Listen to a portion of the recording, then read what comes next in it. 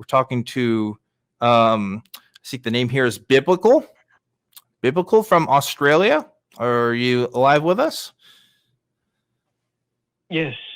Hello. Thanks for my call. Yeah, what's up? How can we help?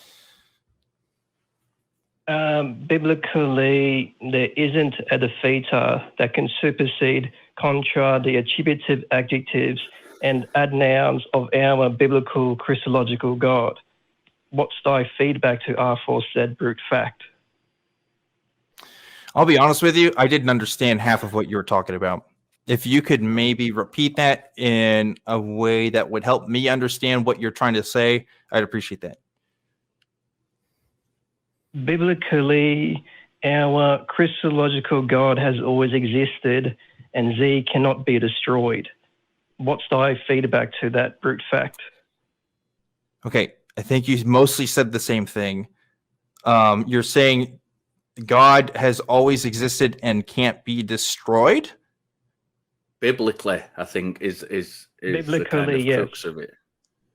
Okay. So God has always existed and he can't be destroyed. Why do you think that? Are you saying that's a claim about reality that you believe? Biblically, that is a brute fact.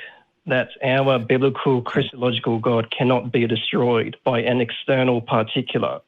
What's your response to that? How do you know that this God is real? Biblically, you have been using the proper noun God, so that requires divine revelation for an omnitude God to be intelligible within our finitudely cuspidated minds. So this ties us back to my earlier brute fact, is that our biblical Christological God cannot be destroyed. I don't think it is a brute fact. I think I would disagree. I think I can make up all kinds of conceptions of God. Whether I believe him to be a brute fact or not is irrelevant to his actual existence or the method by which I come to know this God. In other words, you're saying that because of the language actually necessitates that this God exists, and I would disagree with that. I don't think it necessitates that. Biblically, you refer to our biblical Christological God using the pronoun he, as he has made his unimpeachable attributive adjectives and predicative adjectives known to us at terminus a quo, which is a Latin term for the earliest starting point for our self-consciousness. So to reiterate, the aforementioned brute fact that you haven't properly addressed with a yes or a no is that our biblical Christological God doesn't have a defeater, therefore Z cannot be destroyed. What's that? Well, the biblical God does have a defeater. The biblical God does have a defeater. Right, and the thing is, you need to demonstrate God. You can't just state he exists. You cannot just state that God exists. Allah exists. That defeats your God. Brahma exists. Biblically, that defeats your. I don't care about biblically. You've had your turn. Now I'm talking. You have to demonstrate it. You have to demonstrate it. What scholars are you using to make this statement? What experts in the field of biblical study are you using to demonstrate it? Because anybody can just say shit and say that, right, that's it, you're defeated. But that's not how real life works. It might work in your mind. It's not going to convince anybody else. So what we need to do is have a conversation here. We're here to have a conversation. We're not here for you to come and preach and say, right, biblically, God exists. No, bullshit. Biblically, God doesn't exist. Biblically, biblical scholars will tell you, Old Testament scholars will tell you that Yahweh was one of many gods who existed. And he put out the decree. He put out the decree that he was to be the best of the gods and the only one worshipped, to be worshipped. Not that he was the only God. That's what the biblical scholars tell us about. I care more about what biblical scholars tell us than some man off the street coming and telling me biblically God exists, so therefore it's true. You need to give us a demonstration of why that's true. You can't just say it because nobody cares. that you're just saying it. Give us the evidence. Give us the scholarly evidence behind that statement. Also, if we include the story of First Judges, God was defeated by chariots of iron. So I'm just gonna throw that out there. You can look that up.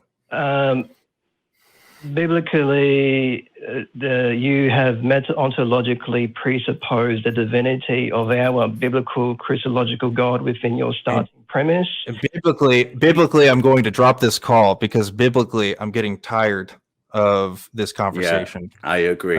Useless. Look, like, who are you trying to convince here? Like, if your goal is, I want to make this person look stupid by just sticking to my argument and saying, well, he's not addressing it, therefore he doesn't know what he's talking about. We did address it. We reject the premise. Your premise was that God cannot be defeated. We rejected the premise that God even existed, and you didn't falsify that in any meaningful way. You just said, well, according to the Bible, he has to be, or use some other kind of. I'll be honest, I lost you with the language halfway through because you're certainly not using it in the way philosophers use it. You're certainly not using it in the way in the most theologians use it, at least in any that I've talked to in recent years. So, and look, I talk about this stuff more than most people. So if I'm having trouble understanding you, how is the average person going to figure out what the heck you're talking about? Like, what are you what is the goal? What are you trying to do? I don't know. But anyway, go look up that verse. I just found it too. It's Judges chapter 1, verse 19. Here's the New International Version. The Lord was with the men of Judah. They took possession of the hill country, but they were unable to drive the people from the plains because they had chariots fitted with iron.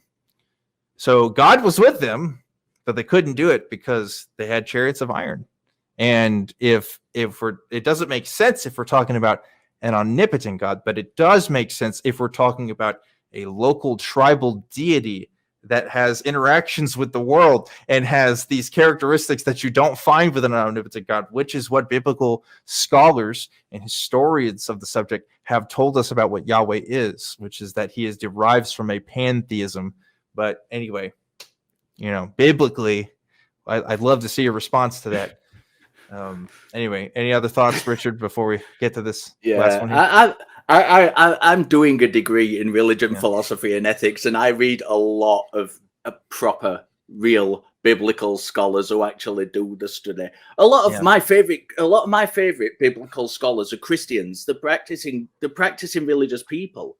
Yeah, and they can separate the facts of the study of it from their faith because they are professional people. They're not just people who come on the internet and say stuff. And that's a difference. There's a difference between a biblical scholar and an apologist or a presuppositionalist. And I don't care for a presuppositionalist. If you want, in your own little world, you can sit there and say that God exists, and that's fine for you. It's not going to convince anybody else at all. Richard, biblically, I think you're right.